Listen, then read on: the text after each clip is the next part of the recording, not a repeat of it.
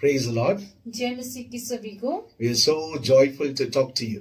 आप सभी से बात करने में हम बहुत ही आनंदित हैं। Wish you all a very happy New Year 2024.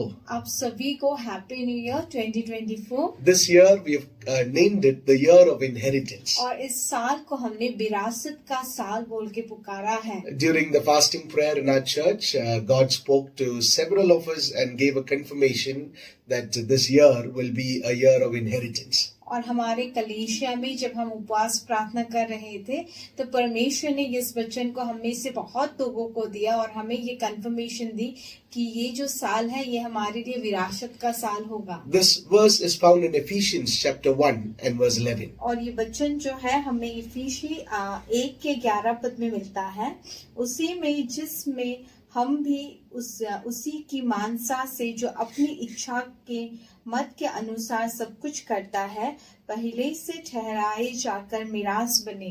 The Bible says, in whom also we have obtained an inheritance. और वचन कहता है कि जिसके अंदर हमने पाया और उससे हमने विरासत में लिया।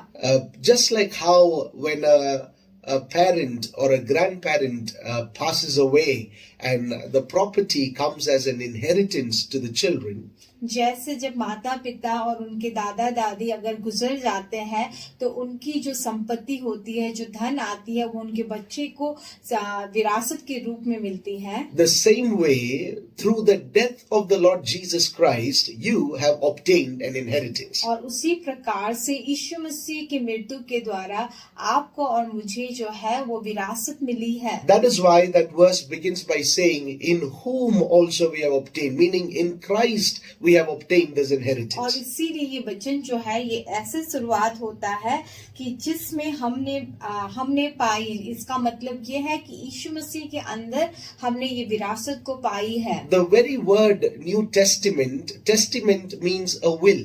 और जो हमारा जो शब्द है नया करार, करार का अर्थ ये है कि आपके नाम पे लिखा गया कोई will. And so this is a will written by God. All the blessings that belongs to you, God has written it and given to you. और ये जो विल है ये परमेश्वर के द्वारा लिखा गया है। सारी आशीषें जो आपकी है परमेश्वर ने लिख के ये आपको दिया है। And so in Christ you inherit all the promises of God. और इसीलिए परमेश्वर के अंदर आप जो परमेश्वर की प्रतिज्ञाएं हैं उन सभी को विरासत में पा सकते हैं। All the miracles and the signs and wonders are yours. और जितने भी चिन्ह चमत्कार है, अचम्म काम है, वो सभी आपके हैं। To such an extent, the Bible says that you inherit God Himself. He Himself is your portion and your inheritance. और वचन इतना तक कि वचन ये कहता है कि आप परमेश्वर को ही पा जाते हो विरासत में, कि परमेश्वर आपका भाग और आपका विरासत बन जाता है। In another place, Paul tells God has qualified you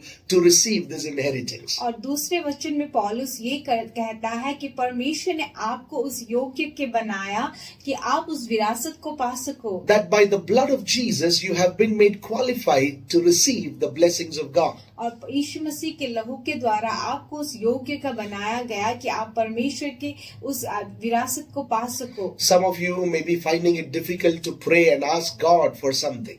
और शायद आप में से कई लोग जो है आपको ये कठिनाई हो रही है प्रार्थना करने के लिए और परमेश्वर को कुछ मांगने के लिए। You are hesitant to ask Him because you look at your own unworthiness and your own sins. और आप इसीलिए हिचकिचाते हो परमेश्वर से कुछ मांगने के लिए क्योंकि आप अपने ही जो अयोग्यता है या आपका जो पाप है उसे आप देखते हो। But don't look at yourself. पर अपने आप को मत देखिए। Look to Jesus. यीशु मसीह को देखिए। In Him you have forgiveness. यीशु मसीह के अंदर आपको पाप की क्षमा है। In Him you have your inheritance. और यीशु मसीह के अंदर ही आपकी विरासत है। In Him you have a predestined blessing of God. और उनके अंदर ही आपके लिए पहले से दी गई आशीषें है। All this God has pre-planned it for you. और ये सभी बातें जो है परमेश्वर ने पहले से आपके लिए योजना बना के रखी। The Bible says predestined according to His purpose. और वचन ये कहता है कि उसी की मानसा से जो अपनी इच्छा के मत अनुसार सब कुछ करता है। And so God has purpose. He has purpose for you.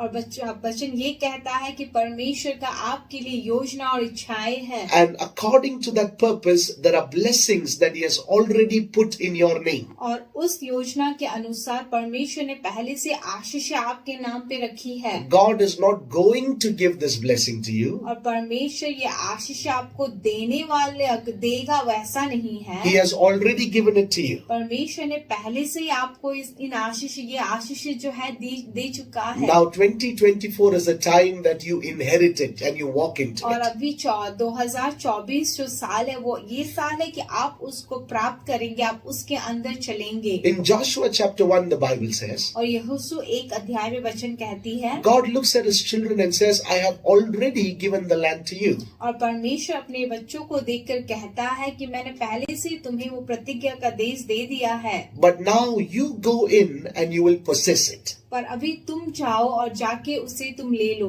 That is what is going to happen. That is what is going to happen this year.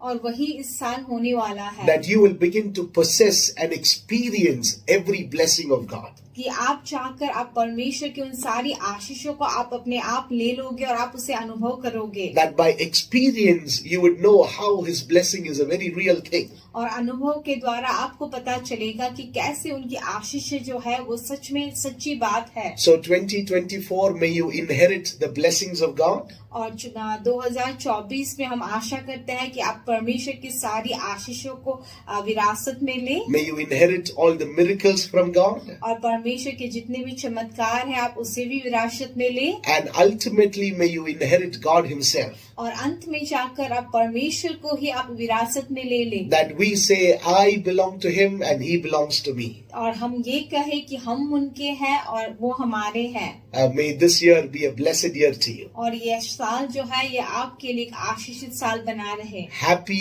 year of inheriting all of God's blessings. और विरासत के साल की बहुत बड़ी शुभकामनाएं आपको। God bless you. परमेश्वर आपको आशीष दे।